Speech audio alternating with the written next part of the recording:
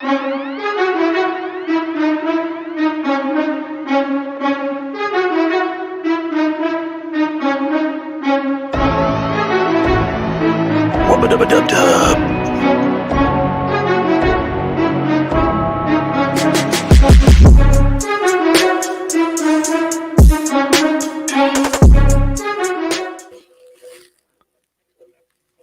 Hey, what's up, everybody? Welcome back. This is Take It to the Hizzy Fantasy Football TITTH number 65. I'm your host, Justin Bruni. I got Nick Davis with me. Tell him what's up, Nick. What's up, guys? How we doing? Happy Monday. How was your Sunday, Nick? How was your Sunday NFL experience? Well, I was at work watching a lot of it on Bleacher Report. But I was having a good time, with DFS.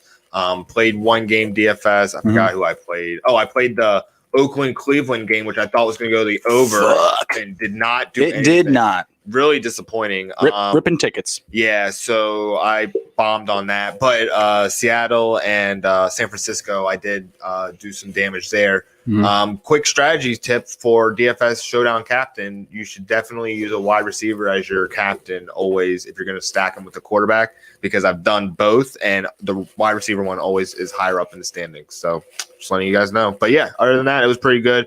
I'm never watching NFC East football ever again. I'll watch them against someone else. That game was so bad. But not NFC East. That is just trash. I can watch college football and watch better products. So. Oh, yeah. I mean, absolutely. Ben DiNucci, Dr. DiNucci does not belong in this league. AFL, XFL quarterbacks, I mean, they got to be calling the Cowboys today. Looking for jobs, putting in the applications, throwing some tape their way. I don't know what they got to do, but man, yeah, that game last night was terrible.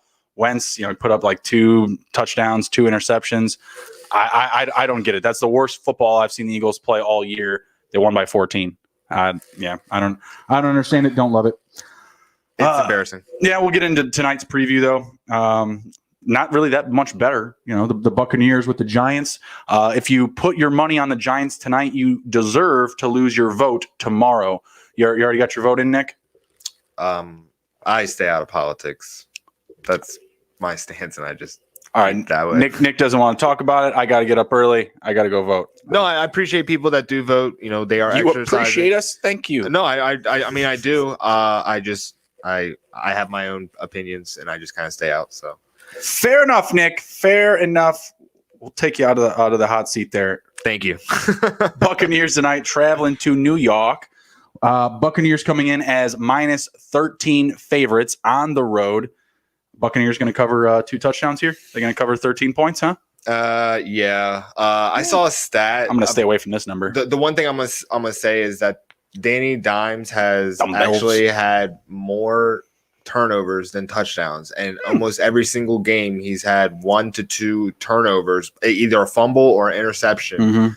I think that will play a huge factor, especially against this great defense. I think it'll be very easy for the Bucs to cover, but what do I know? I thought Cleveland and Oakland were going to go to the over. So weather, man, weather. Yeah. We'll get to the Cleveland and the Raiders here in a bit, but yeah, that was all.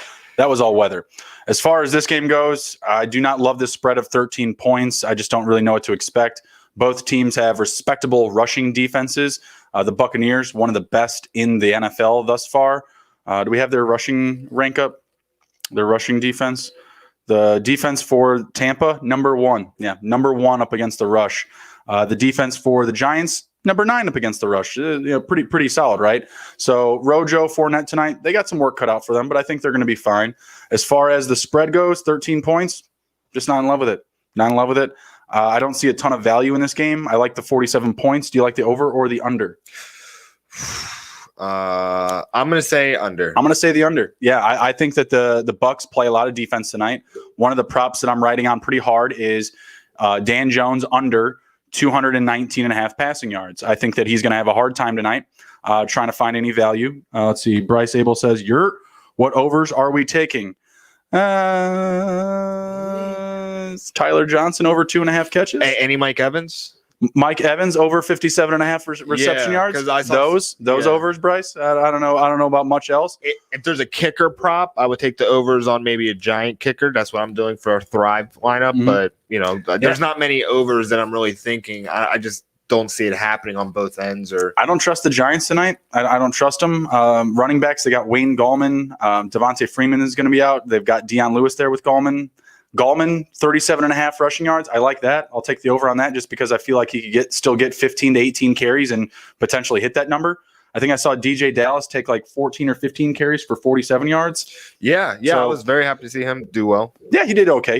He found pay dirt. He got some value for fantasy owners. Anyone that would made a dollar holler on some DJ Dallas. So yeah, give me some Gallman props. Give me some Mike Evans props. Staying away from Dan Jones. I think Dan Jones' rushing prop is at 25 to 27 yards. I don't hate that. I think that's a decent over to take. He is mobile. He's the Giants' leading rusher. That's how mobile he is. He's their leading rusher. They don't have any value at the running back position right now.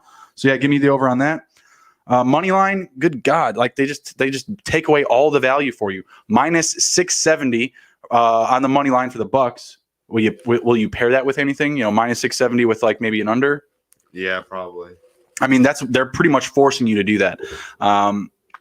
Yeah, if you bet on the Giants tonight, you should lose your vote tomorrow. Let's run through the entire prop list. I think we're just keeping this one simple tonight. We're not trying to get too cute with it. The Giants have just been really disappointing thus far. Let's see here. Over unders. Dan Jones, 219.5. I'm taking the under. Under. Same. Tom Brady, 264.5. A little bit more interesting of a number. 264.5. I'm gonna say the over. He's kind of like I agree. heating up. I agree. This is his time where he's getting his money's worth. I think it's going to be a lot of Mike Evans tonight, and I think Tom Brady and Big Mike are going to be dialed in. So, yeah, give me the over 264.5 for Tom tonight. Passing touchdowns, 1.5 for Danny Dumbbells. 1.5. I don't see it. Now, give me the under for Dan Jones. Is there an interceptions one? I'd take a 1.5 over for that. No, I would not take. I wouldn't recommend necessarily taking that. But if you could get Dan Jones with an interception and a Giants loss, hammer down. Yeah. That's the pick, guys. That's the bet tonight. Tom Brady, can he hit 2? He actually has to hit 3. The number is an even 2. Yeah, I think he could. 3. I don't think anyone's gonna get multiple touchdowns, but I think he could 3. Damn. I don't know. I'm gonna have to say the under there. I'm gonna keep Tom at 2. Let's see. Passing completions. Dan Jones, 20.5. I kind of hate these completions. I'm gonna say under. I'm gonna say over. I'm gonna say under for Dan Jones. Tom Brady, 23.5. I'll take the over. 23.5. 23.5. Okay, I'm gonna say the over. Give me at least 24 completions for Mr. Tom Brady. Rushing yards tonight. Dan Jones, 28.5. I'll take the over. Over. Deion Lewis, 13.5. I will take the under. This is rushing yards. 31.5. 13.5. Over. I will take the under there. I think he's going to be used as a pure pass catcher tonight. Yeah. Leo Fournette, 41.5. I'll take the over. Over. Arians has said as much. Hey, this is my nickel running back. He's the guy that's going to be catching balls. And I think really Tom told him that because Tom mentioned like, hey, this fucking Rojo guy can't catch a ball to save his life. Mm-hmm. Rushing yards, Rojo, 65.5. Over. Wayne Gallman, 37.5. I'm gonna say over. Yeah, I'm going to say I already got that. I'll take that over as well. Darius Slayton, Shepherd in the lineup, 48.5. I'm gonna say under because he's not getting anything to him. I always take his under, so I'll change my tune and I'll go over tonight just because Shepherd's there. They got to pass a lot at some point. Deion Lewis, 10.5. Yeah. Crank it. Yeah. Evan Ingram, 36.5. Can he do it? Yeah, I think he can. I want to say yeah, but I don't know, man. Evan Ingram, he's hot and cold. Giants are saying that he's not going anywhere. He's staying right where he's at, not getting moved. I'll take the over. Golden Tate, 29.5. I'm going to take the under. I thought he was out. If he's out, then the under is going to be great. I'm going to say under. I said under. Yeah, he's on the list. Okay. Caden Smith, backup tight end, 7.5 Man, for the Giants. who is 7.5. this guy? 7.5. Oh, single reception. Yeah, I'm going to take the over on that. Not touching it. Leonard Fournette, 21.5. Smash that. That's a reception one. Yeah. Smash that. Leonard Fournette. Mike Evans, 57.5. One of the props that I'm definitely running tonight. So I'm going to take the over. Yeah, I'll take the over on that. Let's see. Gronk, 47.5. Can he do it? No. That's a tough number. No. That's a tough number. I'm going to say, I think he gets a touchdown, but not. yeah, that's a tall number for Mr. Gronk, but he's been kind of coming on lately. I'm going to say no. I'm going to say under 47.5 for Gronk. Quick digression about Gronk. Did you hear about what he thinks he would get on the SATs? I think we talked about this already, did we? Something really low, and then like 400. And then I mentioned something like, "Don't you get like 800 points for writing your name or some shit?" Or, yeah. I don't know. Yeah, I don't know. He's 8. That sounds about right. I didn't take the SAT. I think he's got something loose in the up top. Who, Gronk? Oh, absolutely, he's got something loose. I mean, so a reporter had asked him about like an outside like pass from Tom Brady, and he started talking about his mom and maple syrup. Oh yeah, and you got to drizzle that shit. Yeah, you got to drizzle the syrup. That's how Mama taught him. Like, yeah. All right, whatever. He didn't understand or listen or hear the question, or maybe he was concussed. I don't know.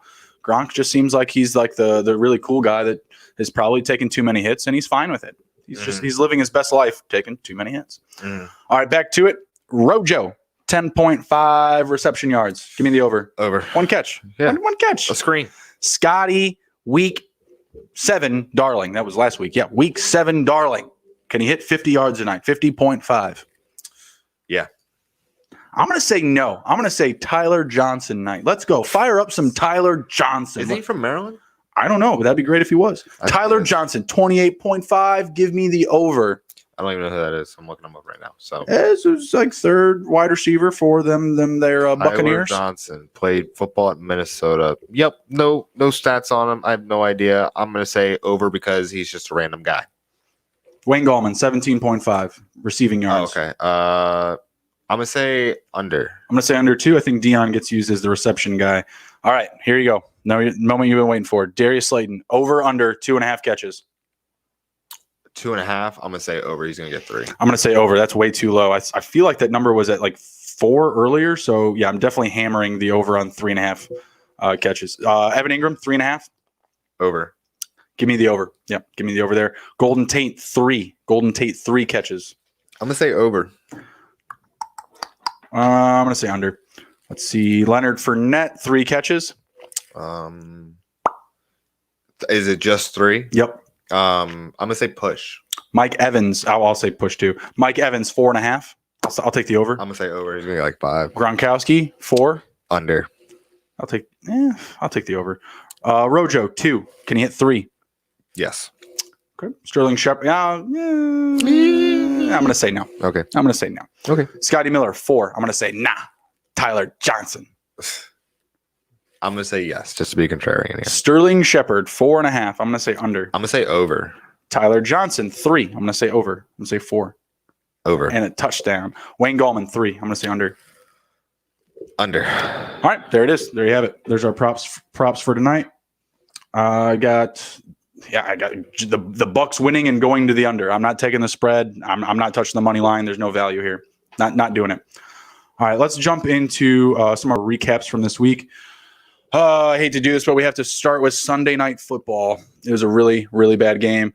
Ben DiNucci really just putting a sore eye on the whole effing league. I mean, we all know that the Eagles are bad, but man, I mean, this dude could not get the Cowboys to function. I'm trying to think like how many touchdowns they've actually scored since Dak was gone. I want to say it's just 1, and it was like in garbage time up against Arizona, like that, and that's it.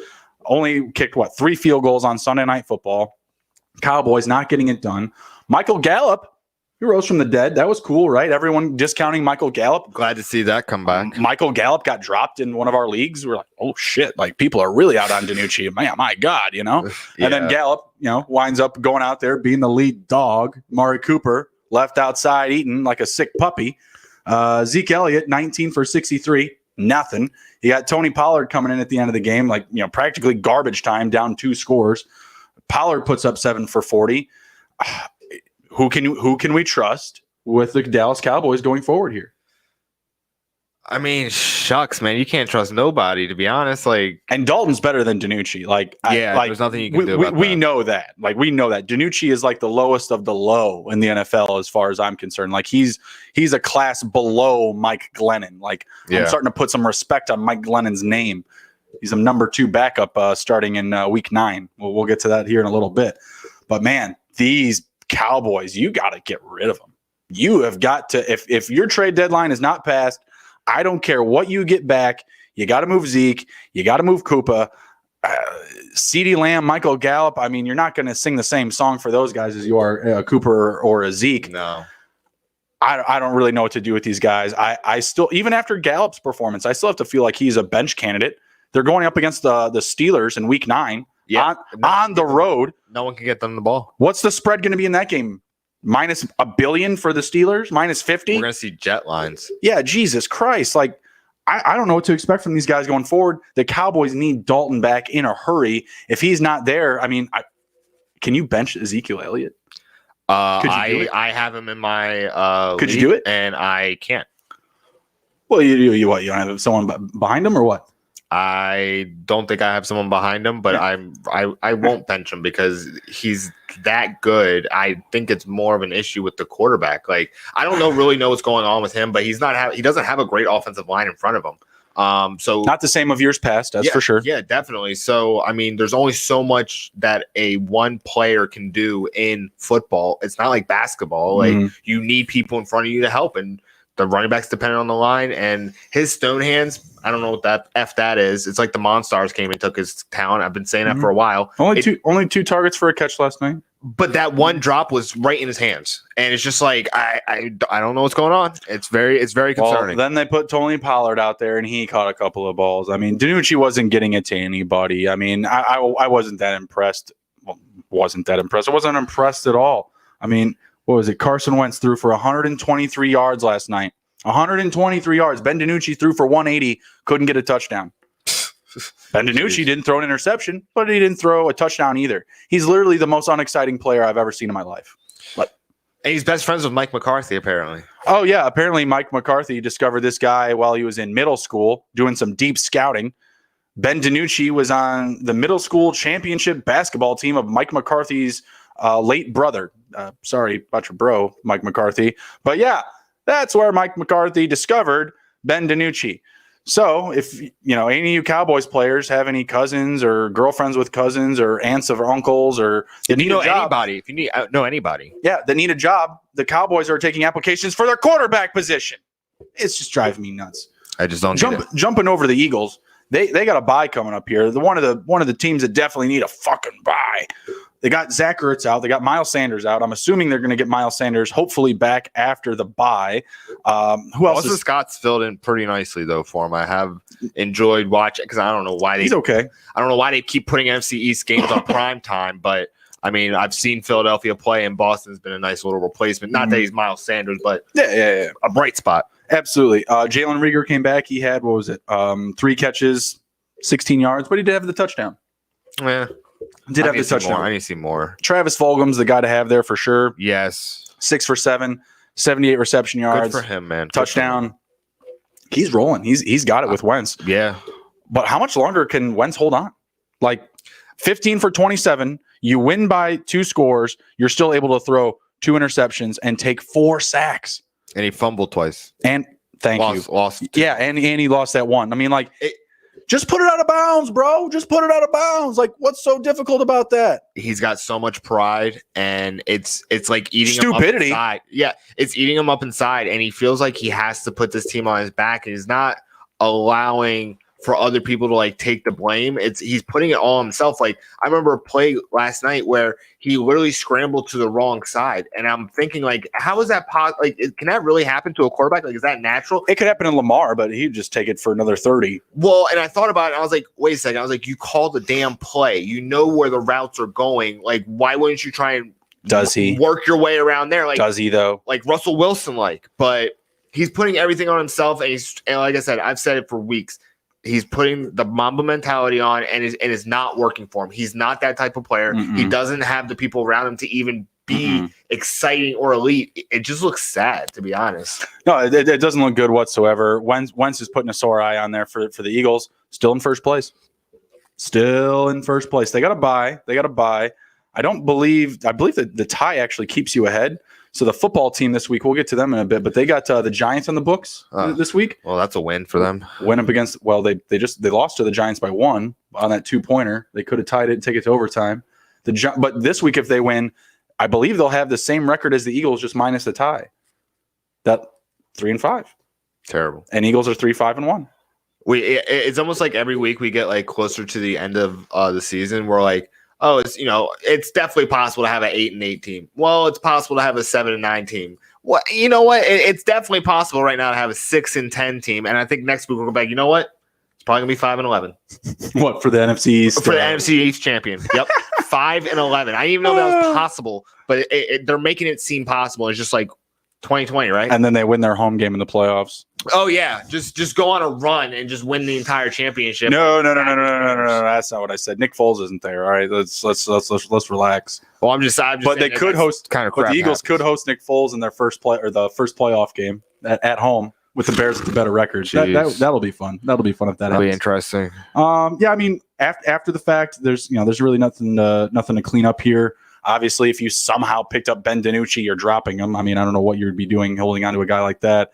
If you can move Zeke, great, absolutely trade him. If you can move Amari Cooper, great, absolutely trade him. Lamb, Gallup, it's going to be difficult, but if you can work them in, absolutely do it. These guys just aren't going to have the same value for you going forward, and they're playing the Steelers next week. Even if Dalton does come into that game, what are you expecting from those guys?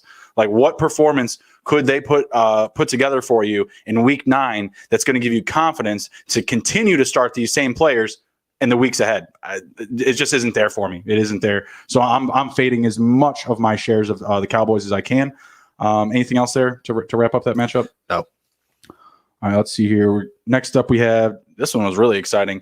The Seahawks and the 49ers. I mean, Seahawks really took it away like early on, but hey, you get Jimmy Graham out of there, or Jimmy Garoppolo out of there.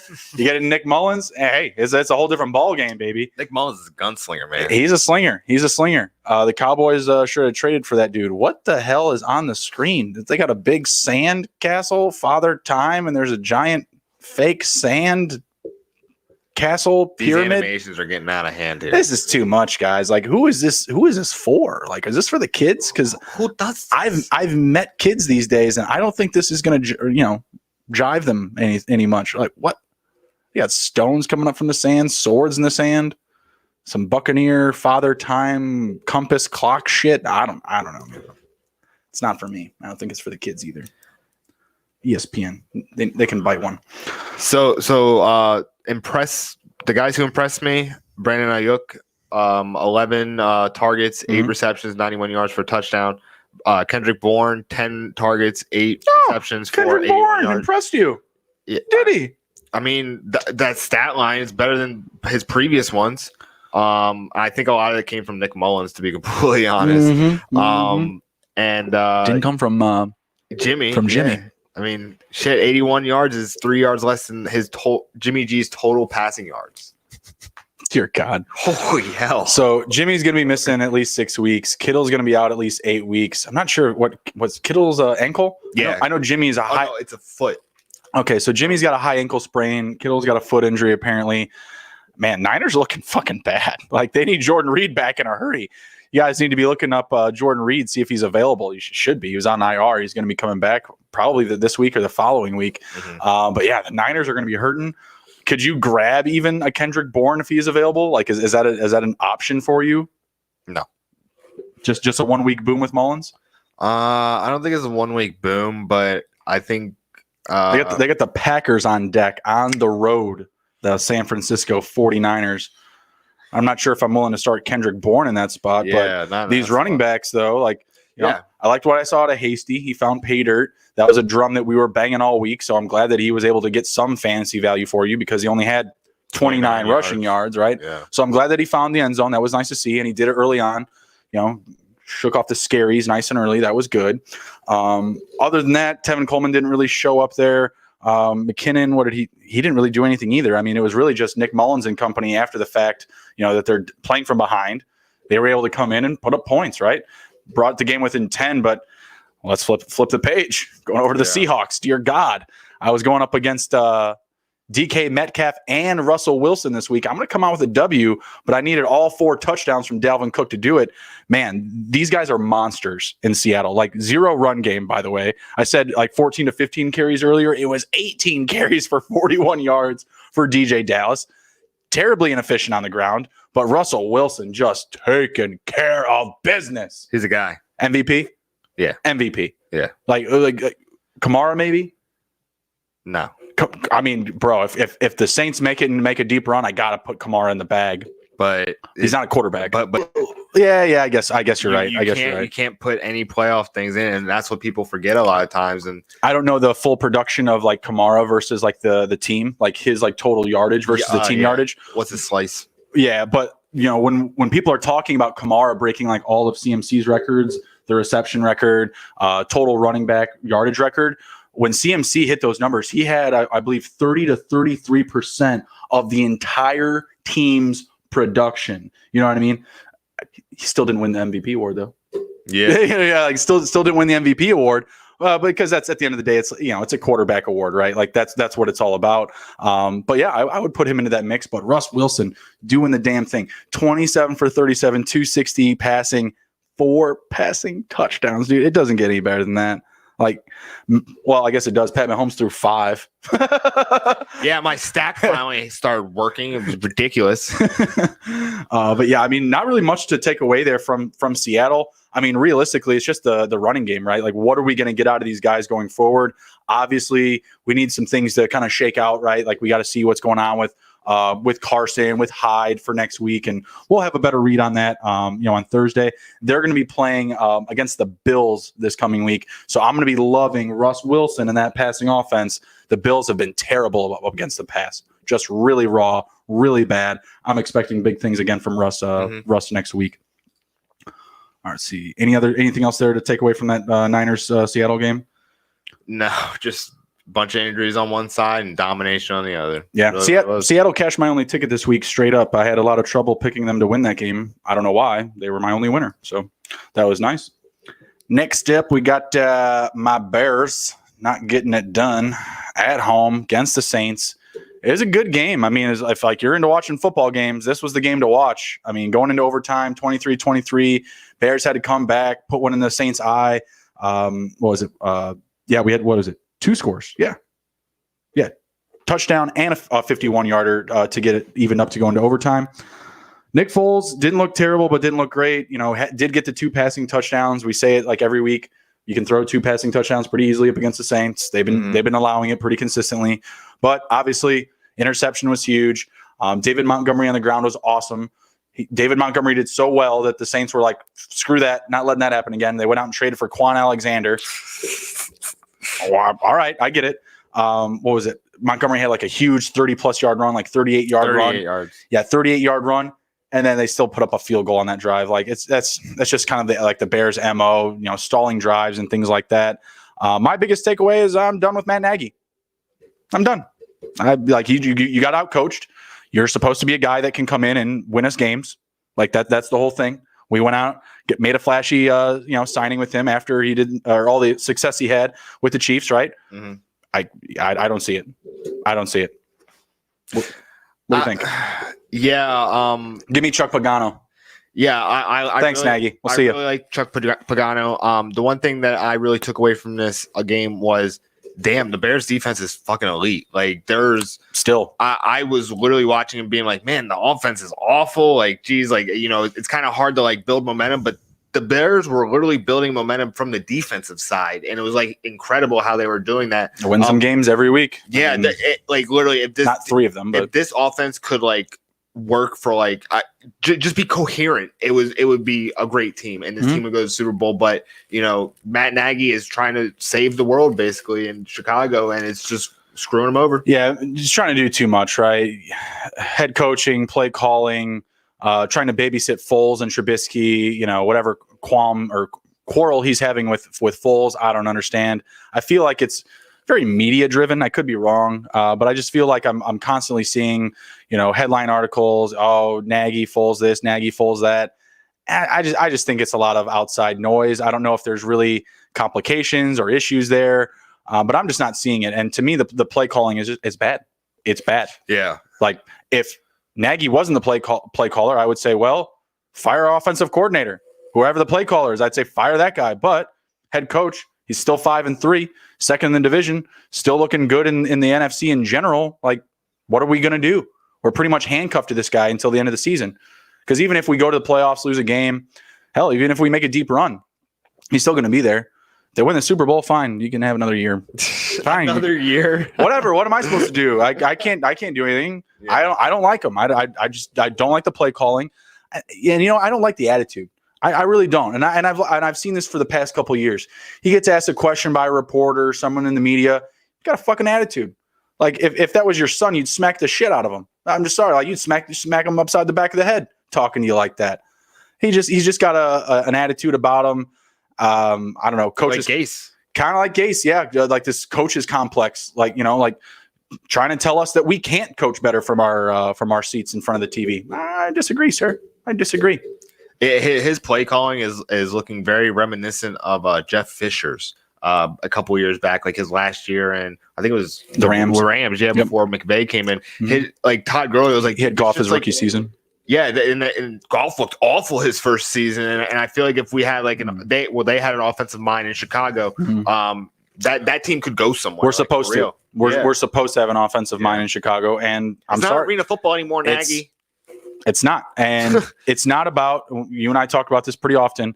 It's not about making your pieces fit your system. Mm-hmm. It's making your pieces work into whatever system that works for them. That's it. That's it. You have to build a system that works for the players that you have, not try to force your players into your system. And that's it. I mean, that's the whole issue why we have Jimmy Graham, why we went out and spent $10 million plus on Jimmy Graham.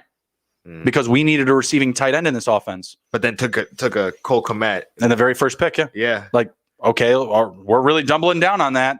The future of this team relies on having a receiving tight end. Okay, great. Could have had Xavier McKinney. Whatever. Is what it is. Yeah. All right. So opposite of that, looking at the Saints, right?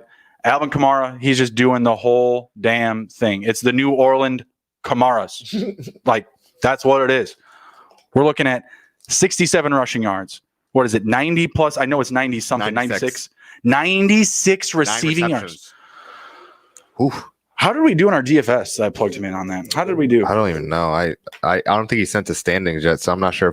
We must have did great then. They're pissed. Yeah. We must have did real well. Let me see. Let me look at him. I know we had to finish off with Justin Jackson and Kamara. But Kamara just goes absolutely nuts every single week. Here it is. 13 targets, 9 catches for 96 yards. They don't need receivers. Oh, dude. You won't believe they don't need a tight end. We lost again, dude. So in our unreal. Just giving you an idea of how hard this season's been for us. So the guy who's leading the league, his points for 1,141. His points against 1,003. That's just the leader. Ours points for 906. Points against 1,315. So we've been getting housed for the entire season. You can't pick your schedule. I'll never forget last week where we were literally like leading and then DK just like goose egged us and we fell all the way to the bottom. Like it's rough out here. Yeah, that shit was really rough actually. I mean, and especially like the DK touchdown getting called back at the in overtime. Man, that would have really that was brutal. That was brutal. But yeah, for the Saints, I mean, Breeze really not that impressive. I mean, 31 for 41, 280 yards, but literally half of that went to your running back 5 to 8 yards away from you. I mean, it's a good performance. He did have a fumble, didn't lose it. The Bears were able to bring pressure on him. Wasn't able to do a ton, deep downfield. He had one play for 47, and I think that was it. Like that was his deepest play of the game. So, the Saints who we thought they were, right? I mean, they still played good defense, still kept the Bears in front of them. They really didn't make mistakes, and the Bears just made a few. That was really it. Bears had to kick. What was it? They took a penalty on like 3rd and 4 for delay a game in the third quarter. That was really big. Took us out of good field position. Could have easily kicked a field goal. Stuff like that. And then the fight happened, and then the interception right after. That was like what? I'm not even going to give the Javon Wims fight like any credence whatsoever. Bears are talking about appealing that. Cut Wims. We don't even need this guy. You can cut Wims. You can cut Ginn. Like, give me some fresh faces in here. My God. I wasn't going to give it any credence, but like just that sequence of that penalty and it was messy. Yeah, and then that interception was just like, dang, dude, like you really lost the momentum there. Definitely knocks the wind out of you for sure. But I think the Bears are going to be fine. They've got the Titans coming up. The Titans just lost to the Bengals. I'm feeling good about going up against the Titans. For the Bengals. Oh, yeah, I'm really I'm anxious to get to those guys here soon. But, yeah, I think the Bears are going to be fine. I think that, I think everyone put, Saints as a loss on their schedule. I know I did preseason. Right? I didn't book the Bears for a win this week, but Bears did cover. Bears covered 5 points. So good teams win, great teams cover. Go Bears. There we go. All right, moving on. Broncos and Chargers. That was the game. Chargers win one. Last play of the game. Going up a point. Drew Lock doing the damn thing. I mean, Lock and Herbert both look great in this game. They both looked really good. My biggest takeaway, I guess, was Lindsey kind of outshining Gordon. No. Yeah, right. I mean, I was loving it. Lindsey was on my bench still. And because you don't know, like he was just like having like a weird day, but then he rips off a 55-yarder. I wasn't ready after the concussion protocol. I think I'm going to win as long as Tom Brady doesn't get you 50 points, 60. It's 50. Okay, exactly. So yeah, as long as Tom Brady doesn't get 50 points tonight, I'll be okay. I don't even know how it's possible. I'll be okay with Lindsey on my bench. But that was my biggest takeaway from the Broncos. Like Drew Lock did come out. He made a splash. That was probably the best game that he's had in his career so far. But I mean, we didn't really get it till literally after Lindsey has to bust a 30 or 40-yard touchdown. And then from there, the Broncos really get rolling at the end of the third quarter and fourth quarter and come back in this game. And it was fun. It was a fun game to watch. I had Herbert going with Mike Williams. That was great. Yep. Mike Williams actually had a second touchdown ripped out of his arms, from his arms in the end zone. It could have been a much bigger day for Mike Williams owners. Albert O got a touchdown. That's good. Both tight ends were fantasy viable. Yeah. No, Fant was good too. Yep, Fant was able to get a fair amount of volume. Albert O was able to find the end zone. So another week of the Denver tight ends being fantasy viable. That's going to be interesting going forward. Justin Jackson was pretty good. Keenan Allen still was, the wide receiver. Dude. Yeah. So this was a great game. I've been hearing a lot of people. I think it's just it's kind of weird how different social medias have their own environments. So on Twitter, I don't see this as much, but on Instagram, people are talking a huge amount of shit about Drew Lock, saying he's the worst quarterback in the AFC West. And I'm like, okay, well, he's got Derek Carr, he's got Patrick Mahomes, and Justin Herbert just broke onto the scene. So by default, both these guys just had a great game. Yeah, that's dumb. You can't they're definitely way better than the NFC East. Okay, so exactly. I don't know why. Locke just came back from an injury too. People are just really digging on him, and for me, I'm like, dude, this is a way better quarterback than their last successful quarterback. Well, the last one that I remember was besides Peyton Manning was what's his face, Tebow, and he would have 3 for 21 games for 77 yards, but always the savior. I remember sitting and watching the Pittsburgh Denver game with my ex roommate, and the guy just threw a pass to Demaryius Thomas and just burned Ike Taylor, and I would just stood there stunned. I was like, that was the best pass of his entire career. I'm not even kidding, because it was so on target and stuff, and he's just so inaccurate. But Drew Lock, he is coming into his own. I think having Jerry Jeudy there, having the two tight ends there, having a great rushing attack, kid's set up for success. I think Elway found his guy finally. Yeah, hopefully. I mean, he can keep it rolling next week. They've got the Falcons on the books, so should be a pretty good game for them, a pretty good opportunity to keep the offense rolling. For the Chargers, they've got the Raiders on the books. Should be something similar. The Raiders are going to be playing at home, I believe. Yep, SoFi Stadium. So they'll be at home, indoors. Won't be having to worry about that pesky wind that they had to deal with this week in Cleveland that killed and burned all of our over tickets. So yeah, I'm pretty excited for what those two teams can do next week. I think the only other option there, Tremaine Pope, a nice little deep option for the Chargers popped off. 10 carries, 67 rushing yards. 5 catches for 28 receiving yards. I'm sorry. It's a pretty good game. You dig into the bag, make a dollar holler on some Tremaine Pope.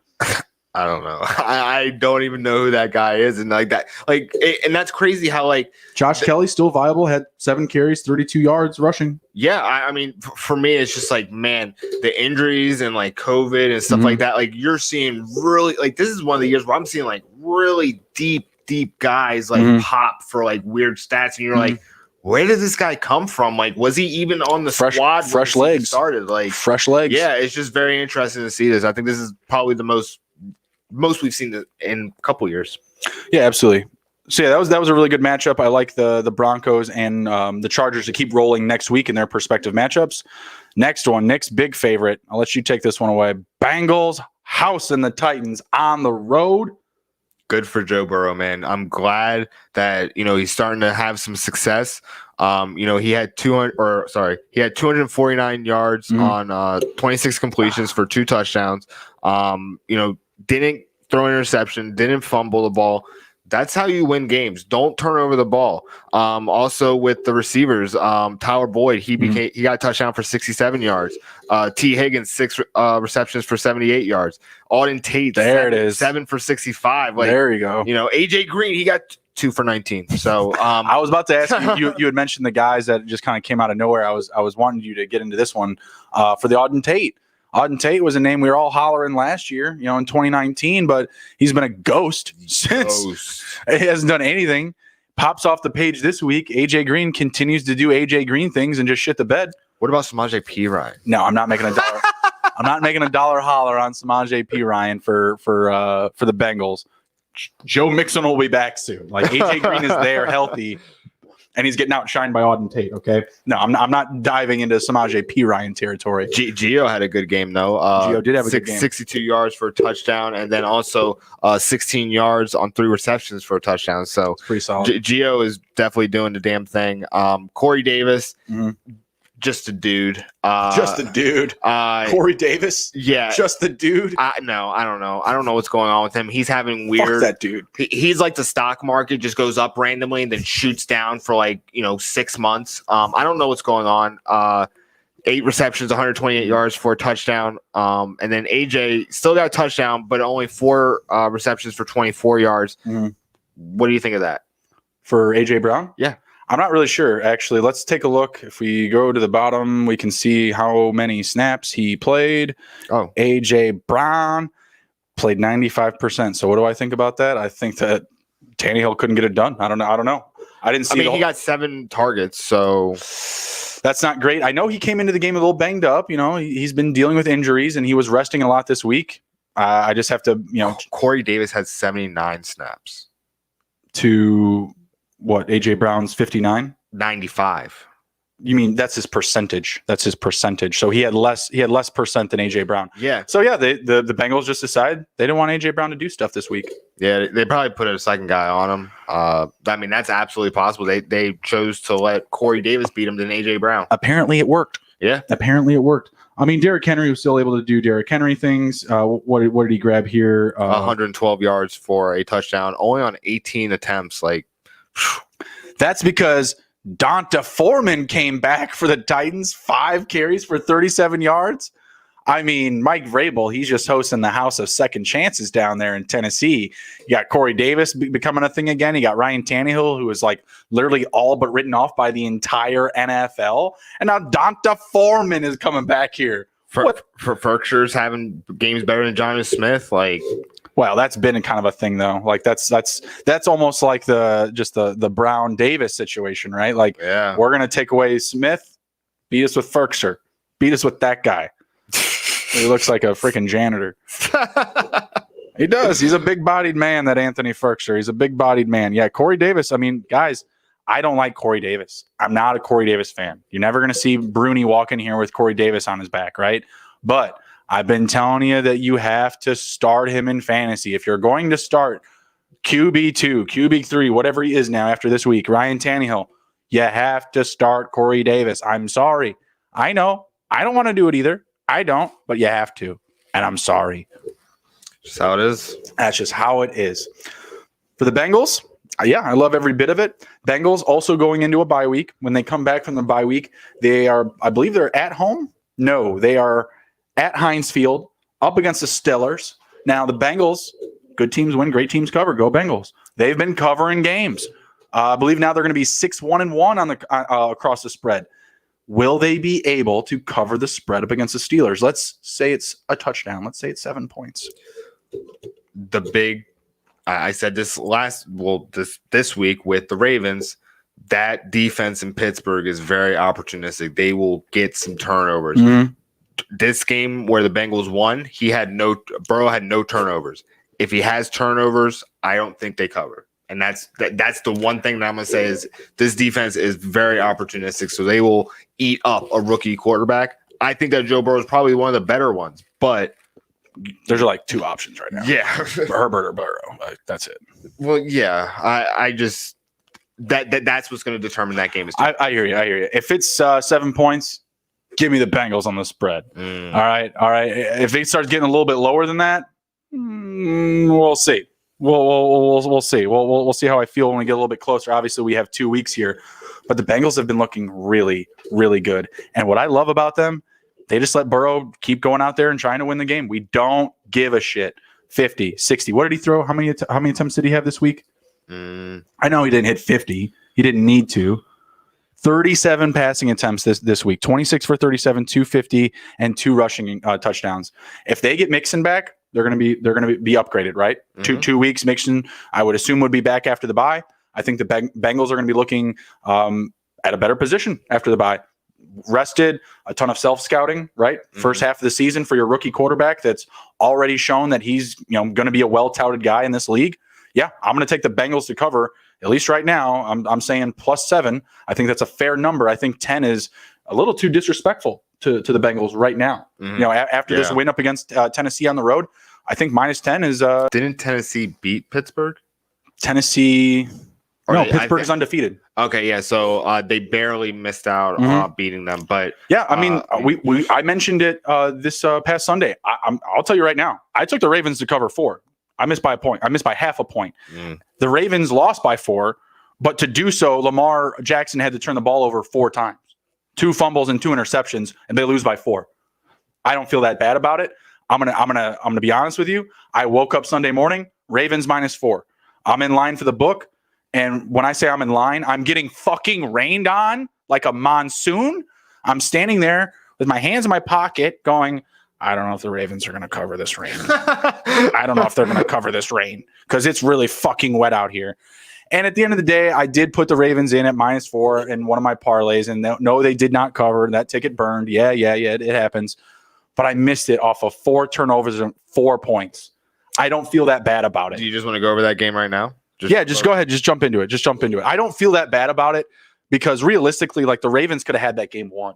Like Lamar Jackson had to continuously make mistakes on his own side of the field and just propping up the Steelers because the Steelers could not get it going early on. If you watch this game, and realistically, Lamar made some mistakes. Like he made mistakes that wound up losing the game for the Ravens. So this is probably the worst game Lamar Jackson's had in his NFL career. Still got me 15 fantasy points. Yeah, definitely is worse because I had him last year. So he had 208 yards on 13 completions, 2 touchdowns, 2 interceptions. He was sacked 4 times. They did lose Ronnie Stanley after signing that contract. That's a big fucking loss. That's a huge fucking loss because they just gave us a huge extension. Yes. Bye.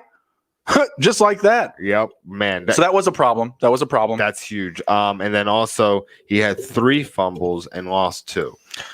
That's bad. And realistically, like the pressure from the Steelers was just relentless. Like there was no time for Lamar. It was 1, 2. If I have an option, I'm passing or I'm running forward. That's it. And I saw Lamar take some crushing hits. Like that defense is no joke, yo. But to me, I gave it more respect to Lamar. I mean, that defense is going to hit everybody like that. But Lamar, dude, up. Well, Lamar has had a lot of obstacles to overcome this year, especially with the media, because he hasn't been having his MVP season. I did hear that it's not that Lamar's been figured out; it's that Greg Roman, the OC, has been figured out. It's he wants to. There's no identity in the passing game. You're right. Yep. And I think that does struggle. I think that they need to relook at how they're doing their offense. But another takeaway that I saw, man, Gus Edwards had 87 yards for touchdown. Shit. Every one of those runners ate. Even Lamar. Lamar did really good on the ground too. But Dobbins had over 100 yards rushing. Yeah, 113. 113. Couldn't find the end zone. You'd think you get the guy some pay dirt, after a big day like that. But that's okay. That's his best game. And you and I went back and forth with it. Edwards, Dobbins. They both did well. It was great. Up top. There it is. There it is. Also, Willie Snead had his one great game of the year. 5 receptions for 106 yards. Tutty? Did you get Tutty? Nope, no Tutty. Oh, Marquise Brown got the Tutty. Nope, Marquise Brown did not get a Tutty. Oh, he did. Yes, he did. He did get a Tutty. 1 for 3 and a touchdown, just like your boy Devontae Parker. There we go, Devontae Parker status. Miles Boykin also got a touchdown. So I mean, look, the defense for the Pittsburgh Steelers is going to lead them to a very deep playoff run, I believe. Mhm. The Ravens are just not. They couldn't beat them this game, and that happens. That's going to happen in the AFC North that they're in. I'm not worried for either team, or I'm excited for the Steelers, but I'm not worried about the Ravens. It's just a good team that they went up against. They're the only undefeated team in the league, so it happens. Oh, the Steelers, yeah, absolutely. The Steelers, who do they got? They got the Cowboys on deck. They're going to smoke the Cowboys next week. They're probably going to sit Ben. I doubt that. maybe in the second half to get Mason some playing time. Maybe we'll see. We'll see. By the way, we got Monday Night Football already kicked off here, bringing up third down. Man, it came quick today. No, it did not. I felt like it took forever, but I could be wrong. Different time for different folks. By the way, this daylight saving shit, since it happened, my internal clock's all fucked up. I'm done. I woke up like an hour early, and I'm like, wait a second. I woke up an hour early as well, which wasn't great. But literally, because we're shooting early on Sunday mornings, the night that I'm supposed to get an extra hour of rest, it did not feel like an extra hour of rest because I went to bed late after Halloween celebrations, etc. Right? So yeah, today it's like 4:30. I'm just like. Or no, it's 3:30 and I was ready to leave. I was ready to leave work. I was like, fuck, it's 3:30. It feels like it's 5. What the fuck? It was driving me crazy. I kept looking up at the office clock and it's not turned back yet. And I was like, oh man, I'm almost ready to go home. And I was like, wait a second. I was like, it's daylight savings time. Let me check the computer. No, 1 more hour left. That shit was happening to me too throughout the day. Like my computer was randomly still an hour ahead. I'm like, you're a computer. You're connected to the internet. Do better. Like, what the hell? Get your shit together. Tom Brady, shotgun set, first down, no one back there with him. Oh, man. Blows a wide open hitter to Evans. Bad snap to throw. Yeah, it was a bad snap. Ball was on the ground. But back to the Ravens and the Steelers. The Ravens, they're getting an indoor game after this rough weather here in Baltimore with the Colts on the road next week. Tough defense. But honestly, you know what? I'm not worried. I'm feeling better about Lamar playing indoors. Yeah. I'm going to be feeling a lot better. I think it's going to be a tough matchup. I think it's going to be a good challenge for the Ravens. I think it'll be a fun game to watch. I think the Ravens still put up points, so I think putting Lamar inside is going to be fun to watch. It's like a track meet. I hope so, Nick. I hope so. Handoff, was that Rojo? Oh, Rojo. Hey, a couple yards. Get a couple yards, Rojo. So when he fell down, I don't know if Donnie's still watching, but Donnie knows Tyrese. Tyrese, when they were sophomores, because Donnie and Tyrese were the same age. Tyrese, we tried to play him at running back, and he fell down every time he ran the ball. Like he would have like a wide open hole the size of a Mack truck, and he would fall down. I'd be like, Tyrese, dude, you gotta hit that hole. I think it was the next year and his senior year, he broke records for rushing records. Nice. It was really cool to see him get it together and have some success and stuff. So I wonder if he's related to Danny Dimes. Tyrese Rock, that's his last name. The coolest last name on Brady under pressure, rolling out to the right, throws it up. Was that Johnson? No, it wasn't, but I thought it was at first. Mickens. Oh gosh, why did I play Mickens? Yeah, fucking Mickens. Buccaneers bringing out the kicking team, setting up the field goal. Pretty solid start to the under on the first drive. Unbelievable. I have the Giants kicker. I did not put in the Tampa Bay kicker. Unreal. All right, so we play like 10 lineups. All right, so we kind of skipped around there a little bit. Let's get back to the lineups here. Yep. The Browns and the Raiders. Yeah, big disappointing one. I was in the line at the sports book. People started talking about weather. I was ignoring them. That was dumb. Should have taken the under. 35-mile-an-hour wind. It was, yeah. Wow. It became a real thing pretty early on. Like it took away the passing game. Trent Brown was rushed to the hospital. That's scary. Prior to this game, and apparently it really shook the Raiders. And do you know what happened? I have no idea. Oh, I know what happened. The doctor had put an IV in him to hydrate him before the game, but there was a mishap and air rushed into his bloodstream. Oh, so that is actually extremely dangerous. He is actually still in Cleveland right now, under observation. I was listening to Raiders radio, and they were saying, man, like it's ridiculous. Like he's the highest paid player on the team. He hasn't played. He has COVID. Not that impressive, yeah. He's not doing well, and then this shit happens. But the team loves him. The team loves him. And the Raider radio that I listened to, he did backtrack and say, Trent, sorry, I apologize. This is a very bad situation. I hope everything goes well. But it does kind of build up with that. But that is very scary. I'm glad that they were able to get it together and pull off a win. Yeah. John Abram comes into the room, says, hey, we're going to win this one for Trent Brown. They get the win. That's cool and everything. But, man, score more points. What the hell? Like Kareem Hunt, Rashard Higgins, score more points. Hunter Renfrow got his touchdown now. Hunter Renfrow did get his touchdown. That is always nice to see. Just because you want to see how he's going to celebrate, right? Like how white can his celebration get? Yeah. Josh Jacobs, 31 rushing attempts for 128 yards. Come get your Josh Jacobs. Get the man a touchdown. Yeah. Just get the man a touch. Like, it's killing me. Derek Carr wound up throwing a touchdown. He had, 24 rushing yards? Where is it? Yeah. 41. 41 rushing yards. Get him, Derek Carr. Put some respect on his name. Did fumble one time, though. Yeah, didn't lose it. Yeah. Didn't lose it. So, yeah, Carr and company, they did the damn thing. What's up with the Browns, man? Like, what can we realistically expect from these guys? I mean, the Raiders, West Coast team, typically playing indoors, coming to the frigid, cold Cleveland region. Tundra. Taking a dub. Like, what are we supposed to expect from the Browns going forward? I say every week they're not going to cover, but man, they could have just win by 1 or something or shit. What was it? 16 to what? 9? Yeah. 16 to 6. You lose by 10. This spread was like, I know it was only 1 point, but damn, man, come on. The Browns are not a great team. They've lost Odell. I feel like they're still looking for their identity. They're going to have Austin Hooper coming back after this week. They're up for a bye, which is really good for them too. Jarvis needs to get healthy. Obviously, OBJ is not coming back, but Baker's got to get healthy. Chubb could be back after the bye. Chubb could be back after the bye too. That's a good note. Hooper will be back. Myles Garrett had a minor injury in that game. They're saying that he's going to be good to go for week 10. So, yeah, another Browns team that I think, or another team in the NFL that really needs their bye hitting right now. Yeah. I think it's going to serve the Browns well. Man, only 2 catches for Kareem Hunt. Like, I don't get it. Why does he get fed the ball so much more in the passing game when Chubb is there? Just because that's Chubb's role. So Hunt goes to Chubb's role, and then no one goes to Hunt's role. Like what's up with that? Harrison Bryant's season officially over. Well, not his season, but like fantasy wise, like that was fun for a week. He had 2 touchdowns last week. His first catch this week, he fumbled the ball. Not great. That's one way to lose targets for the rest of the game. And like I just mentioned, Austin Hooper is going to be coming back in week 10 after the bye. So that's going to eat into Harrison Bryant's snap percentage. Drop him. He is definitely a strong drop candidate for this week. So let's see. The Raiders, I believe I already mentioned they're playing the Chargers again, or not again, but I mentioned earlier that the Chargers are playing the Raiders this coming week. I like both of these teams. Like, to me, this will be a good offensive game that we had hoped from the Browns and the Raiders. They're playing indoors, West Coast. Chargers aren't traveling far either. I think it'll be good. We'll see. Yeah, we'll see.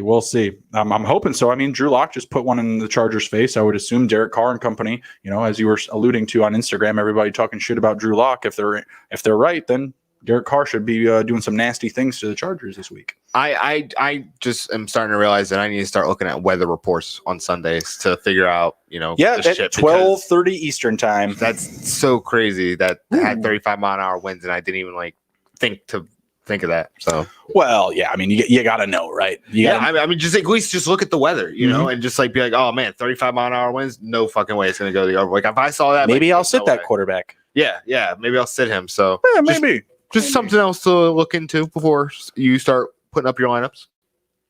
Yeah, absolutely. All right, next one up, we had the Colts traveling to Detroit, getting a win on the road, putting up 41 points as Wayne Gallman busts one up the middle. The Giants are looking good. I hate this. It's kind of annoying. Yeah, so Colts, I mean... Best guy's Trey Burton, right?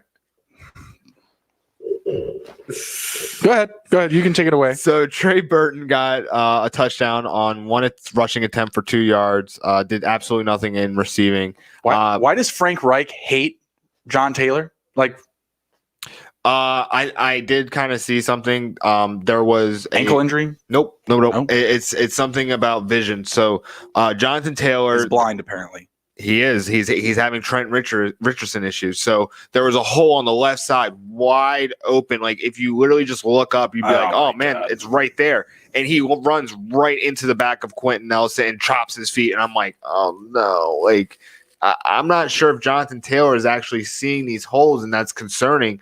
Naeem Hines Sounds came like Trent in. Richardson to me.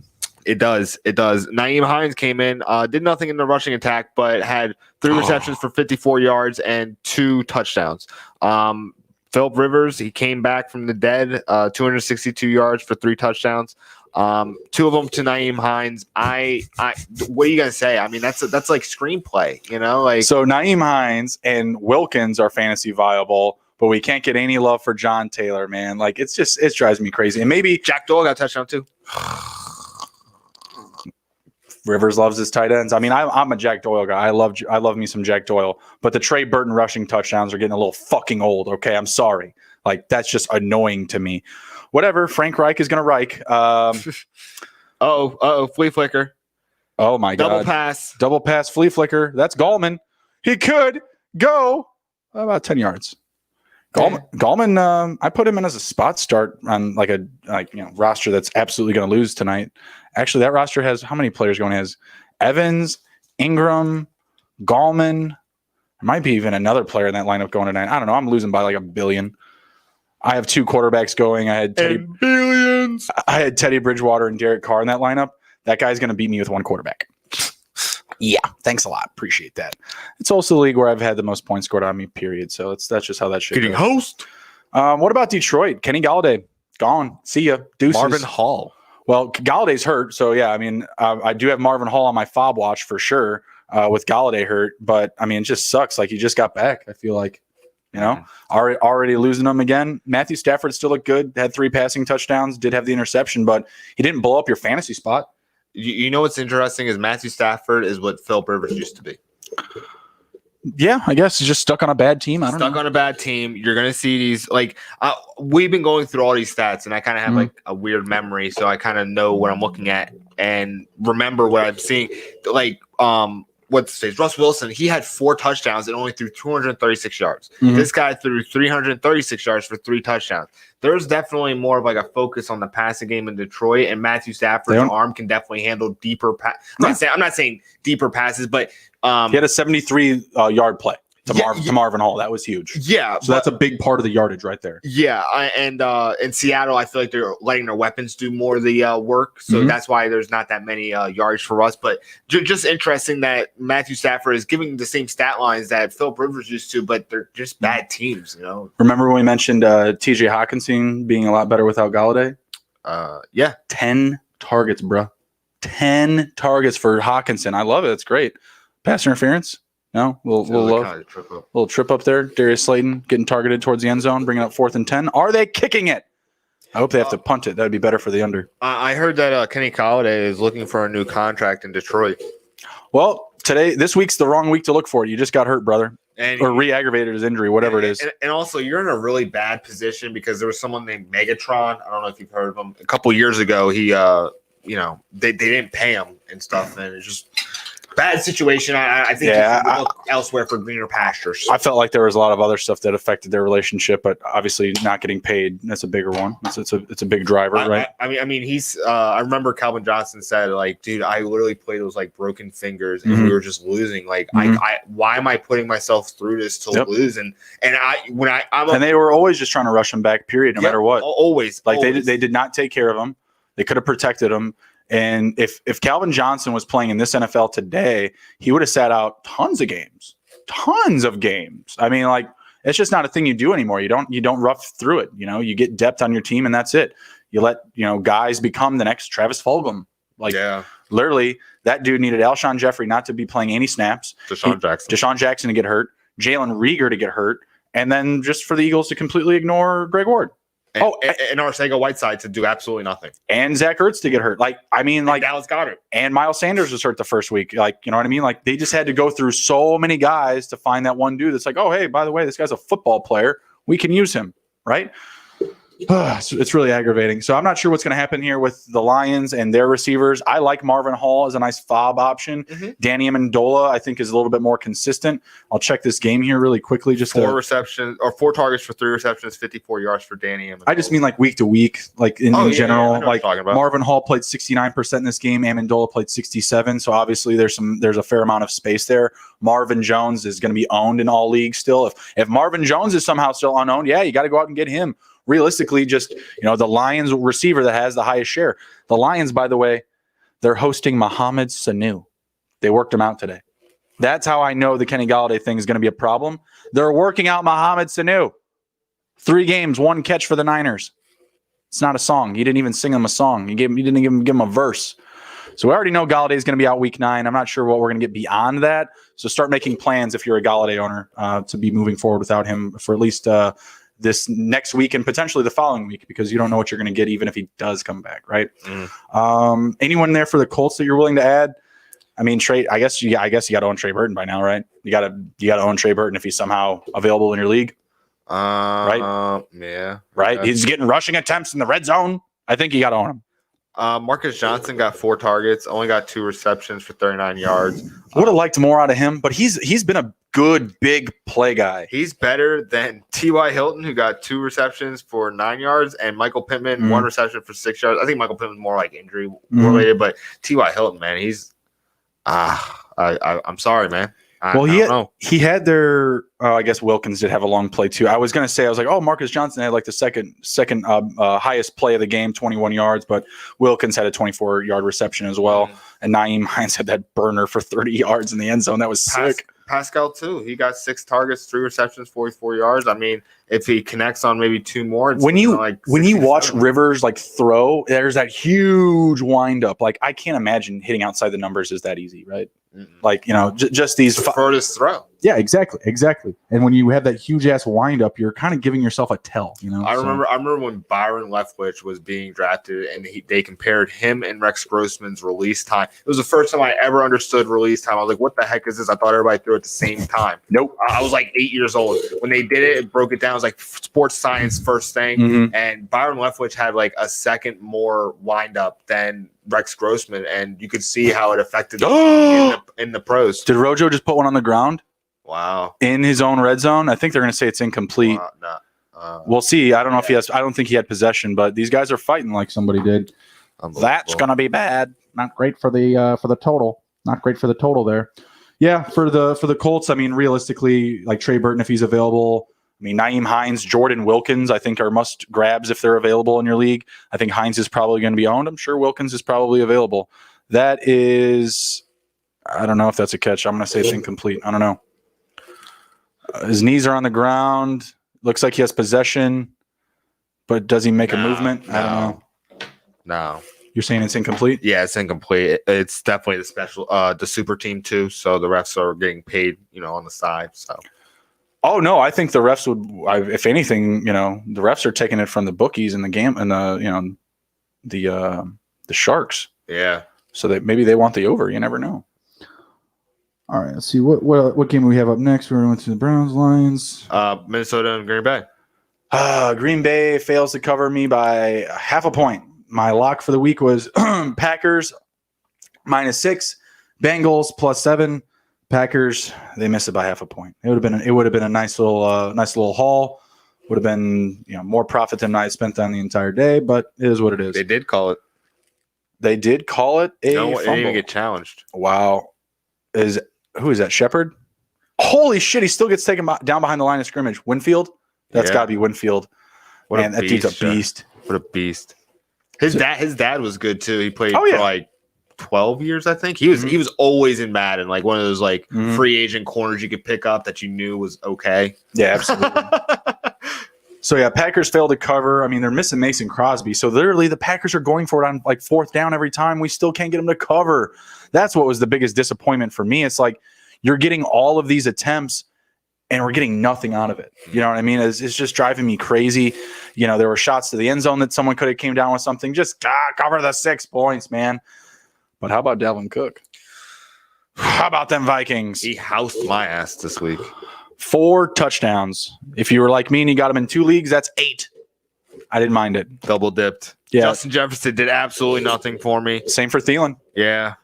Same for Thielen. So with that, Kirk Cousins, he throws 14 times. What are you expecting next week with the Lions and the Vikings? They're going to be feeding the ball to Dalvin. He got 30 attempts. That's like the most attempts I've seen this week. Was it 30? I thought it was like 38. 30 attempts, 30 attempts. 3 yards. That's crazy. And he also got 2 receptions, so for 63 yards and a touchdown. 50-yard touchdown. That was fucking sick. That was crazy. I was sitting there in disbelief. I couldn't believe the Vikings were taking off like that. But realistically, it's just Dalvin Cook. It's just Dalvin Cook. I mean, what the hell? Kirk Cousins had 160 passing yards. Dalvin Cook had 163 rushing yards. You're paying that guy $30 million to I tried to be a Kirk supporter. 14 pass attempts. Yeah, I mean, yeah, it's just I don't know, man. You paid $30 million to someone. You could probably pay someone like I don't know, maybe half that. Man, Fitzpatrick could get you more value for your money. I promise. Absolutely. Giants setting up here 3rd and 5 in the red zone. Interception. Oh, caught. Dion? Dion Lewis with the receiving touchdown. Wow. Over the top of the defender. That was a great throw. I'm not perfect. Yeah. I got to give. That was on Devin White too. Sorry, Dev. That was a good play. He's catching it as he falls to the ground too. Looks like he slips up a little bit just to get that extra edge. Yep, hits the swing. Oh, that's a good one-on-one play. Wow. You got the mic one-on-one with your scat back. I don't hate that. It's a perfectly thrown ball. White doesn't have any eyes on it whatsoever. That's a great play. That's a great play. Wow. Good stuff. I don't hate it. Not bad defense from White either. Like that was pretty good defense. Gotta get a hand up. Yeah. Gotta get a hand up. Not great for the total. I hope it's the only touchdown the Giants score the entire game. For the Vikings here, you got no value from the receivers, no value from the tight ends, no fantasy viable options there. Are you starting Jefferson next week? Yeah. Lions? Yeah. Is it just kind of like a have to scenario here? I think I mean Lions have pretty good up against the pass. We talked about that this week. I'm not expecting 160 yards from Kirk Cousins. I'm expecting a little bit more from him, but I'm not expecting 163 rushing yards from Dalvin either, so don't worry. But okay, it balances out. How about this? Can Dalvin hit over 100 rushing yards up against the Lions? I'm going to say yeah. I'm going to say yes, and Kirk Cousins could get over 250. Yeah, I mean the Lions, they don't look very good. But they could have Mohamed Sanu next week, so look out. Look out for that offense. Hide your wife and hide your kids. For the Packers, man, it's another kick in the teeth, and I'm not a Packers fan, but dear God, every time I bet on them, it's like they know. It's like they know, like, hey, you dirty Bears fan, don't you bet on us? We're not letting you cover this. I mean, there's still viable options though in fantasy, like Robert Tonyan, 5 receptions, 79 yards. Mm-hmm. Devontae Adams obviously got his 3 touchdowns, like always. Man, why did I bet on him for the touchdown bet? So he was in my when I sent that DFS lineup to you. He was the first player I picked in my first draft. Devontae Adams. I know, and I pulled him out. I know. I guess. Sorry, it's all right. But, in the first draft, I had him and Rodgers stacked, and I was like, Rodgers stack. I mean, if I'm gonna have Adams, I better have Rodgers. And I was like, I don't know if I want Rodgers this week. I feel like we can get cheaper, better value. Who do we want? Burrow, right? Yeah, I mean, he did pretty good, and Boyd did well too. He didn't turn over the ball. Yeah. He didn't have 3 passing touchdowns, but he had 2. Yeah. But for the Packers, man, they got Aaron Jones out already. They have A.J. Dillon testing positive for COVID, and Jamal Williams is in enough contact with him to be in quarantine now. What are we going to get out of that run game? Sounds like a trade for Frank Gore. Tyler Irvin. Is that his name? Tyler Irvin. Is his first name Tyler? It is Tyler. I really don't know. It is Tyler. But that guy looks like my cat. It's a black one. It's a black one. They all look the same. Yeah. All black cats look the same. I was going to say, it's a black one. So, I mean, what are you trying to say, Nick? All black cats look alike. No, don't. What are you trying to say, Nick? I'm just fucking with you. I walk right. What you mean? Running with his mouth open. November 4th, 2019, Black Cat Magic. I don't know what that means. You know what's weird is what's it called? they said last night was like the blue moon or whatever. It's like whatever, but tonight's moon was like really big. I saw plenty of people trying to get into car accidents on that blue moon night. Like I was like, man, why is that car doing that? Why is that car doing that? People are just trying to die today. What the hell? It's weird. So yeah, I am a little bit worried about the Packers. I mean, obviously not Devontae Adams, Aaron Rodgers, Tanyan, but their running game, we don't really know what we're going to get. They need Aaron Jones back. If Jamal Williams somehow gets connected with AJ Dillon's COVID, it could be a bad situation for them. So just follow that. Nothing to be overly concerned about just yet, but definitely something that you want to continue to monitor in the coming days. So just definitely keep an eye out and ear out for that. Sounds like Robert Tanyan might be running back soon, so we'll see. God only knows. Chiefs. The Chiefs, man, they decided to blow out their opponent. They covered the 19.5. Dude, like that. Well done, the Chiefs. Honestly, when Pat threw his third touchdown, I thought I was like, all right, park the bus. Here we go. Nope. I'm not going to get any more points. Nope. They just kept throttling. It's just like, dude, you can throttle anybody in the league like this. Like, you throttle the Jets. Like, it's just like, come on. Like, it's easy. Lev Bell got in their ear. He was like, guys, we got to put up points today. Like, I didn't come here for nothing. I'm disappointed in how he performed myself. Where is he? He's not there yet. Like, I don't know necessarily his grasp of the playbook, but I do know that CEH, Clyde Edwards-Helaire, he outsnapped him. I think it was like 56 to 27 or 50% to 25, something like that. So, I mean, Clyde is still the dude. They didn't bring in Lev Bell to be, the bell cow. But I thought he did okay. I mean, it's just not like a great fantasy option, right? Like, what did he put up? It was like a couple of catches and like 20 or 30 yards, right? It's 6 attempts for 7 yards rushing. That's bad. That's disappointing. But 3 catches for 31, like. I mean, but we've always known he's a great receiver, so they're using him that way. Yeah. But I want to see more on those 6 attempts. Like, just give me something. Like, if you had like, I don't know, maybe like 25 to 30 yards, I'd be okay with that. But 6 for 7, man, come on, you're better than that. Like, we all know that. Yeah, absolutely, man. I mean, it's not great, but you're not in New York anymore, dude. At the same time, he's just not the guy. Like, it's not great, but he's not the guy. He's not in New York, but really, that's like his New York production, pretty much. It is. Leonard Fournette getting stuffed on first and 10. Classic Leo. Yeah, this isn't Jacksonville, bub. I mean, either he's getting stuffed at the line, or he's breaking one for big. Like, that's kind of how I see him. Is like he's literally a Tyreek Hill in the running back position, a boom or bust. And per play. Tyreek Hill had a couple of touchdowns this week. Thank you, Tyreek Hill. I'm glad that you're actually having some production now. Thank 4 catches, 98 receiving yards, and 2 touchdowns. Wow. He has bad throw, Tom. The most 40 plus yard plays in the NFL.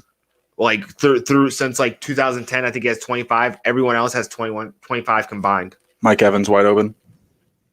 That guy wide open. Bad throw to Johnson or Mickens? Mickens. It was a bad throw. I don't know why you're saying anything, Tom. The man could have stood on his feet and caught the ball. Why did you throw it, 20 yards west? What the hell, bro? Northwest. Sorry. Don't know my directions. 3rd and 9 for the Bucs here. Looks like they're going to take a timeout. No? Take a timeout? No? Why are we stopping the clock? Now we're restarting the clock. Maybe they took a timeout. I have no idea. I don't know. All right, moving along. Kansas City, they get Carolina next week. Do we expect big booming plays again? I mean, are the Chiefs going to put one in the Panthers' eye? Are they going to be throwing it all over the place? Are Kelsey and Hill just going to go off for big numbers again, or are we back down to earth? I think they're kind of ramping up for playoffs. And I think that this was kind of like the first game where they're kind of just going to start unleashing everybody. God, I hope so. I would love that. I would love that. Just carry me to the championship, please. Panthers and the Raiders on the books. Yeah, I need it too. I need Hill to get going. All right, let's see what else we got here. Rams and Dolphins. Dolphins and Rams. Man, I couldn't have been any more disappointed in this game. First off, I put the Rams to cover 3.5 and just 2 tickets. But then Jared Goff ensued in burning those tickets. That was sad. He threw the ball 61 times. 61 times. 35 for 61. What is that? 65%? Dear God, it's bad, man. It's so bad. You have to throw 61 times. Oh, it's not 65. It's 61. Yeah, it is 60. Yeah, 61 attempts, 65%. And 2 fumbles. Lost. It was interceptions. so bad. I was on the Rams just because I was anti-Tua this week, and I didn't even get to see Tua. Well, yeah, 93 yards. 22 attempts, 12 for 22, 93 passing yards, and a 3-yard passing touchdown. We have no idea what we're going to be getting from Tua going forward. And on top of that, I had to lose money on the Rams. Cooper Kupp, Robert Woods, they got it done for fantasy, and that was cool to see. 21 targets for Cooper Kupp. Only 11 catches. What the fuck? I mean, the game plan is there, man. I know a couple of those misses were in the end zone, too. Like, he could have had a touchdown, too. Like, I don't understand it. The game plan was there for them. Heavy volume to Woods and Kupp, and run the ball up the middle. Like, it was that simple, and they could not manage it. They could not protect the ball. They were passing when they should have been running. They were running when they should have been throwing. I didn't understand it. Everyone wants to blame Goff. Yeah, he looked really bad, but I also think McVay was outmatched in this one on the road. I don't get it. I think McVay's a better coach than Banks, but it's not Banks. I'm sorry. It's Flores. Brian Flores. Sorry. I apologize, Brian Flores. I'm wrong. I'm man. not. You ruined 2019 for me, Flores. That was a shit year for the Dolphins. I think the magic's kind of wore off on McVay a little bit. I don't know. Maybe it has. Maybe it hasn't. I don't know. I mean, the offensive line isn't great for the Rams either. Obviously, they're going to have a ton of problems after this year. They're going to be losing players. I don't know how they're going to be able to keep Cooper Kupp and Robert Woods. Like, I feel like one of these guys has to go. They're throwing around money like they're printing it. I just don't understand the Rams right now. It's very easy to print money these days. Yeah, we got Tom Brady, 3rd and 9. He's got Fournette there in the backfield with him. Fournette on blocking. Tom delivers. Oh, incomplete. Looking for, who's that, tight end? Cameron Brate? I thought it was 88. I don't know. Anyway, Bucks going to be kicking it, bringing up 4th and 9. Not great. Where did the Bucks go? Where are they? Are they going to come to play this week? Road Tom. He's different than home Tom. That's just a bad look. I mean, we see that coverage. Like, I don't understand how Tom's making that throw. That's good a good play. Good play. Double coverage. My man Jabril. Yeah, Jabril Peppers making a nice little pass deflection there. Pretty solid. I mean, I think there's better days ahead for Goff this season, but in general, I think that the Rams are nice. Good play. Do it for the brand. Pat McAfee, he's standing up right now for that play. Pumped. Yeah, that was a nice play. That would have earned $500 from him. Punt down to the 4 for the Buccaneers. Yeah, I think there's better days ahead for Goff. Obviously, Kupp, Woods, they're going to be solid options going forward. You know what I like seeing was Cam Akers getting 9 carries for 35 yards. Hell yeah. I'll take that. He had a catch for 19 as well. Almost had 50. Yeah, you did have 50 total yards in this game. Go get him, Cam Akers. I'm not saying to go get Cam Akers off Faab or off waivers, but I think in deeper leagues, you got to take a look at this guy now. Because if they're going to start giving him the ball, one of these guys gets hurt, he's going to be fresh, he's going to be ready to go, but not someone I'm running to. Yeah. What's your take for the Dolphins here? I mean, I think there might be a chance that a lot of the receivers that we thought were going to pop a little bit, they might not pop as much. And I think that I think they're babying Tua a little bit. And it's kind of like, what the F? I think that's going to be the case. And you couldn't even get him going this week because the defense and special teams was doing all the work for you, Tua. Yep. And the one guy I really like, though, Myles Gaskins. Gaskins did look good, and he did look good. Now, what about Devontae Parker? Because Devontae Parker and DJ Shark. 3 yards for a lead. He only got you 3 yards. Only got me 3 yards. That's still a lead. DJ Shark on a bye week. Very important for you. Yeah, there you go. But next week, DJ Shark is coming back. He's got a backup quarterback, so I'm pumping the brakes a little bit. Luton. We talked about Luton last week, or whatever. Yeah, today's Monday, so yeah, it would have been last week. We talked up Luton. Alfred Morris from Washington. Where? He's in. He's an in running back. Oh, my God, Alfred Morris. Man, I missed that guy. I have his jersey up when he played for Washington. Alfred Morris, the running back has risen. I'm not a huge fan, but I'll take it. You need 3 running backs there, I guess, if you're the Giants. Half-ass blitz. Alfred Morris should go play for Shanahan. He did at one point, didn't he? Didn't he play for the Niners? Hey, Sean McVay looked or made what's his name look good? Anderson. Oh, CJ, the bowling ball. Yeah, but he made him look good last year. Yeah. Or was it the year before that? I don't remember. It was a Super Bowl year. Yeah, so a couple years ago then. I don't know. That guy was like 300 pounds running. Yeah, the Giants are going to wind up kicking this probably. They're in their own red zone. They're probably going to wind up kicking it. I'm not worried about it. What about Jakeem Grant? Kick return, kick return touchdown. Devin Hester, like. Yeah, I mean, it was a great play. Did he do anything else? He had one catch for 15 yards. Nothing really there for me. Dolphins. Who are they moving on to? They got Arizona next week. That's going to be an interesting game. Tua versus Kyler. That's going to be an interesting one. I'm going to be all over the Cardinals. Not expecting much from the Dolphins. I believe that one's on the road too. They're going to Arizona. So Tua playing his first game on the road. Didn't show me any efficiency with his receivers whatsoever. Not going to be high on him. I'm not feeling him. Yeah. All right, let's see what else we have here. Oh, that's next week's preview. We don't want that. No. New England versus Buffalo. New England and Buffalo. I mean, New England was really bad, right? But if New England's bad, what the fuck are the Bills? This should have been a game for the Bills, man. Yeah. Like Josh Allen with Stephon Gilmore out. You know, the Patriots offense not having, any consistency, not being able to really build any steam there, right? Mm-hmm. This should have been a home run for the Bills, but instead they have to stop on Cam on fourth down, to prevent them from kicking a field goal. The Bills don't cover the spread, by the way. Good teams win, great teams cover. Bills did not cover this one. Patriots covered the 4-point spread here. I don't really know what to take away from this game other than disappointment from both sides. Yep. And honestly, you know what? I was less disappointed by the Patriots. Cam, he looked a little bit better from the previous week. From the previous week, he lasted 4 quarters. He lasted 4 quarters. He didn't throw an interception, but he didn't throw a touchdown, and he had a rushing touchdown. Like to me, he made a stride forward. It wasn't a leap. Yeah, I can agree. It wasn't a profound leap, but he did look a little bit better. And to be perfectly honest with you, I didn't hate the Patriots' defense with Stephon Gilmore out. They let up 24 points. Mm-hmm. You know what I mean? Like I wasn't really that disappointed in the Patriots. It was really just more so in the Bills. Like, what is going on? Yeah. Why aren't we putting up points? We saw Zach Moss score 2 rushing touchdowns. We saw Devin Singletary still put up 86 rushing yards, but Josh Allen couldn't do anything with half of their secondary there. Zach Moss still scored 2 touchdowns too, and he had a fair amount of yards. I think still over 81. 80. Yeah, he had over 80. Singletary had 86. Like their run game was great. Yeah. It was great, and I didn't expect Moss to do as well as Singletary in that regard. I could have, if you said, "Oh, Zach Moss is scoring 2 touchdowns," fuck no. Well, I wouldn't be like overtly surprised. I'd be surprised because you could get 2 rushing touchdowns and not even rush for more than 10 yards if you're Zach Moss. That's true. You know what I mean? But if you told me, "Oh, Singletary will get 86 rushing yards and no touchdown," I'd be like, "Oh, that makes a lot of sense." Yeah, that makes a lot of sense. He's not a big body guy.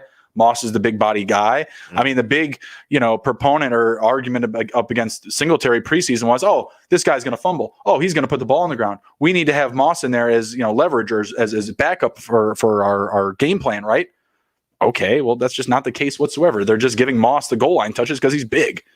Yeah. Singletary isn't putting the ball on the ground. He's not playing poorly. I think he's looked pretty good. Stefan Diggs had 60% of Allen's passing yardage. Oh, that's terrible. Get John Brown the ball. Get Cole Beasley the ball too. Yeah. I mean, Cole Beasley's a piece. He's good. Beasley's Wes Welker. No. What? No. I think he's a pretty good piece. I think he's useful. If he plays with Tom Brady, then sure. But that's like calling was Austin Collie Wes Welker? No. They were the well. No. I see Wes Welker more as a possession. I see Collie more as a deep threat. I wouldn't exactly say that Collie was Wes Welker, but Cole Beasley and Wes Welker do the exact same things. Right. Okay. So Wes Welker is Derek Jeter. Cole Beasley is Ronnie Cedeno. That's harsh. I'm sorry. I'm sorry. Okay, Wes Welker's Cal Ripken and Cole Beasley's Ronnie Cedeno. Whatever, right? Yeah, I get you. I get you. Wes Welker was a machine. He could take hits and give them out. He was a guy that you could rely on. Cole Beasley is night and day. He's hot and cold. If Cole Beasley was playing with a great like that, sure. Every week he could be fed, right? But hot, cold. I think one of his issues. And yes, he is white and he's a receiver. Okay. Well, I submit. Okay. Oh, I'm not saying like, that's it, but like for me, the one thing that I'm looking at is like catch percentage. Like he's only had 2 games of 57% catch percentage. So for me, it's like I feel like he's a great receiver because I saw him in Dallas do very good things. I think he's just not getting involved in the playbook, and it's harsh. But I would say Dak's a better passer than Allen. Okay, you got me there. Yeah, like if Beasley was in that system, like say Beasley was in Dallas this year and CeeDee Lamb wasn't there. Let's say CeeDee Lamb and Gallup weren't there. Yeah, Beasley could be putting up some Wes Welker numbers, facts. If those 2 guys weren't there and it was just him and Amari Cooper and Dallas was interested in this thing like what they called money. I don't know how they figure they're going to keep Lamb and Gallup going forward. I don't know. You'd have to lose Cooper, I'd say. You'd have to lose Cooper. Cooper's already signed, though. That's what I'm saying. They'd have to move Cooper. Yeah. To keep Lamb and Gallup. I don't see it happening. Man, the Giants, what the hell? Shepard's getting his nice diet of catches. Yeah, they've been solid tonight. It's pissing me off. It's driving me nuts. Oh, sorry, John Reed. Been missing you, bub. You're up in the chat here. 49ers starting QB next year. Matt Ryan. Good pick. Not that I could do any better. You guys are horrible. But these guys are horrible. ESPN needs to blow up this team. John, we don't actually watch or listen, or we watch, but we don't listen to the ESPN commentators. And yeah, we're taking applications for their job essentially. Oh, Danny Dimes with the deception move there. I don't like commentators so much that I've played at least 100 hours of Madden with no commentators. I just listen to music or whatever Allie's talking about. So going up top, he's got getting away from the cops speed. Yeah, thanks for that. Appreciate that, Madden. Appreciate that. All right, let's get down to wrapping it up here. What I think that's the last one that we have. Yeah, that was the last one. That was the last one. So yeah, we're gonna be getting to wrapping it up here. Go through some Faab options for this week. Nick Mullins, definitely someone that we talked about. Absolutely. I think, yeah, I mean, if you're a Jimmy Garoppolo owner, you got to go out and grab him for sure. 2 quarterback leagues. I think a solid bench stash. Definitely grab some Nick Mullins. Insurance. Yep. Jordan Wilkins for the Colts. Definitely going to be a solid option for you if John Taylor is in fact hurt. Has Trenton Richardson eyes, whatever it is. Maybe he gets glasses this week. I don't know. We'll see what happens with Taylor. But in the meantime, I think you got to add Wilkins, Hines, if he's somehow not added. Whatever Lions wide receiver is available. Marvin Hall, Danny Mendola. If Marvin Jones was somehow dropped in your league, must owns. Are you picking up Auden Tate? Yeah. I'll grab him. I'll make a dollar holler on Auden Tate. Could probably get him for free. Danny Dimes going up top, he didn't see that ball. Darius Slayton did not see it in the end zone. I think. Gosh dang it, Darius! I think it was off though. I think it was way I think off. it was just off. Tremaine Pope for the Chargers. Make a dollar holler. No, I think it might be a little bit too deep. a little too much. But I don't know. Make a dollar holler on You him. love those Chargers running backs, man. I do. You love them. There's going to be a different one that probably pops each week. I put Justin Jackson in our DFS lineup this week. Can I play 5 Chargers running backs? I got them. I'm gonna corner that market. That's something like I'm for me. My blind spot, I feel like, is kind of like the Chargers, like running backs. Like, I definitely would not have put Jackson in our DFS lineup, but he popped really well this week, and I'm just just something I've noticed from what we've talked about, week in and week out. You love those Chargers running backs. John Reed says he really enjoyed watching the Packers and Vikings game because he had Devontae Adams and Dalvin Cook. Oh, man, just shove it in our face, why don't you? 7 touchdowns, 1 game. So you had 7 touchdowns between those, but I had Dalvin Cook on 2 teams, John Reed. So that's 8. That's 8. 7, 8, 9. I had Dalvin Cook and Tyreek Hill on 1 team, but that's only 6. But, man, Tyreek Hill, just too much. Tyreek Hill is nice. Not that I like it, but I heard that 49ers might make a push and make a move for Sam Darnold.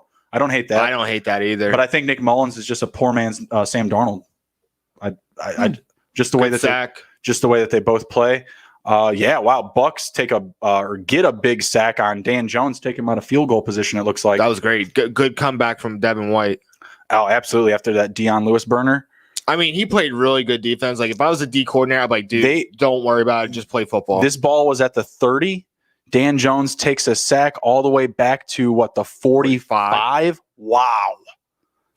Danny, you got to get rid of that ball, son. You got to have some awareness, sir. That was the laziest punt I've ever seen. No one cares whatsoever. Was there a whistle or something? There had to be, because like everyone was just like, "Fuck that kick. We don't care about that." All right, there was. All right, Donta Foreman. You need your Titans handcuff. If Derrick Henry gets hurt, yeah, I mean, why not?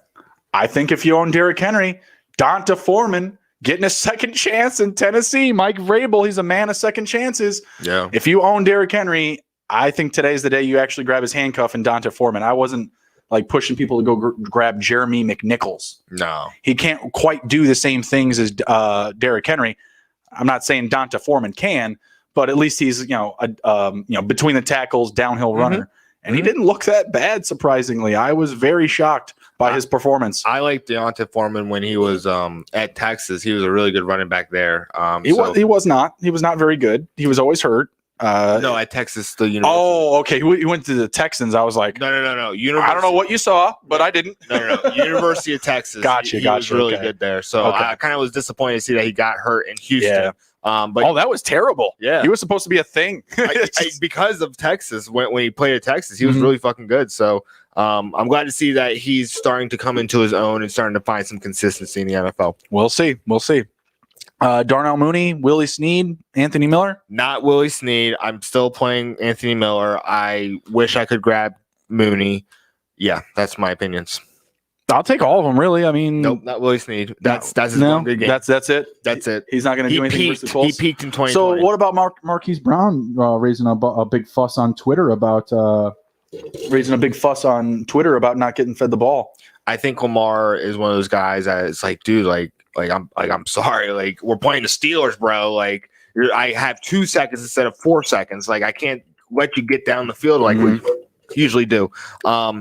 I think they're going to figure it out with him. They have to. I mean, that's literally like he's their receiving weapon. Like I'm like, if not, Willie Snead's right there. He's available. Go out and get him if that's what you believe. But I mean, it's just going to be a revolving door every week. Brown did get a touchdown, but he got it on one catch for 3 yards. And to be fair, he did have one called back. It was pretty close, but it was not a touchdown in my opinion. It was like his knee falls into the corner of the end zone. His hands are extended, but like a little bit of his knee is on the white. It's a little too close to call. I think they do. Well, they have to get things rolling here. I'm just not sure they do up against the Colts defense. Colts were able to withhold Kenny Golladay. Obviously, he did get leave early, but he did play 30% of his snaps, did not record a catch. So I'm a little worried about Marquise Brown up against the Colts next week. But I feel like I have to start him. I'm starting Lamar. I got to start him, right? Yeah. Anthony Miller, team high, 11 targets this week. Definitely someone you want to target on waivers if he's available. Braxton Berrios, I know it sounds dumb, but he had 11 targets this week, 8 catches actually. He had 6 catches like that.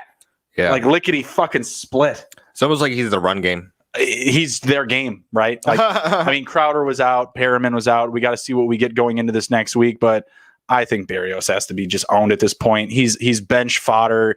Keep him there until you need him type of situation, but I think he has to be owned. I cannot imagine a guy getting that kind of volume just stays on waivers. Yeah. Right. Last one, Jacoby Myers. Make a dollar holler on Jacoby Myers. 10 targets this week for the Patriots. No Julian Edelman for the foreseeable future. Why not? Yeah, I think you can make a dollar holler on him. Other than that, kind of closing it out here. Lutton going to be starting for the Jags in Week 9. What do you think we're going to get out of the Jaguars? Just really, really quick. James Robinson, Shark, still viable options. Cole, I think so. Okay. Yeah. Well, I mean, I have no fucking clue. I don't know. I don't know anything about this guy. I'm scared. I don't really know what to expect. Marlon Humphrey. He went on the COVID list. Are we worried about the Ravens secondary? Not yet. In Week 9? Not yet. It feels like he could potentially clear. You never know with these things. But if he's not there, I don't know what that's going to do to the betting lines. It's going to be interesting. Rivers, he's been looking good these past couple weeks in the passing game. So not sure what we're going to get there. Desmond King to the Titans. You were loving that on Twitter, right? Mm-hmm. So I was. Pretty good move, I think, if you're the Titans. I think the Chargers are the Chargers got fleeced by the Titans because a 5th-round pick. This guy's an Sixth. all-pro. Oh, 6th round. 6th round This pick. guy's an all-pro, and he was a good corner. I think he's an all-pro special teamer. That's what it was. Okay. But he wasn't a corner. But this is a good pickup. I really like it. I think it's gonna make the Titans defense way better. I just refreshed my screen. It says Sam Darnold is going to attempt and manage to work through this previous shoulder injury that he re-aggravated in this game. Forget about what I said about Berrios. Forget about it. He's going to have Flacco throwing to him in a few weeks, and he's going to be worthless again. Oh my God, the Jets! This is ridiculous. It's ridiculous. Okay, nothing else new other than that. It was just the same old thing here, same old stuff. Let's see. Kenny Galladay, like I mentioned, he's going to be out in Week 9. Let's see. AJ Dillon gets the COVID. We talked about that earlier. Avery Williamson to the Steelers. Rich getting richer. From 0-7 to 7-0. Did you see his picture? Avery Williamson, he's under an umbrella in his New York year on the streets of New York. Hitchhiking. Anyone going to Pittsburgh? Mm-hmm. anyone taking the Appalachian Trail over there? I need a ride. Yeah, that was awesome. But yeah, 0-7 to 7-0. And you know what's funny about that? So Robert Spillane, big name this week. He had the pick 6 for a touchdown on Lamar Jackson. Did see that. So 2 weeks ago, I picked him up to fill in for Dev Bush. Yep. Immediately dropped him after he scored 2.5 points and injured his shoulder, hitting Derrick Henry. Second or third play of the game, he gets a receiving touchdown.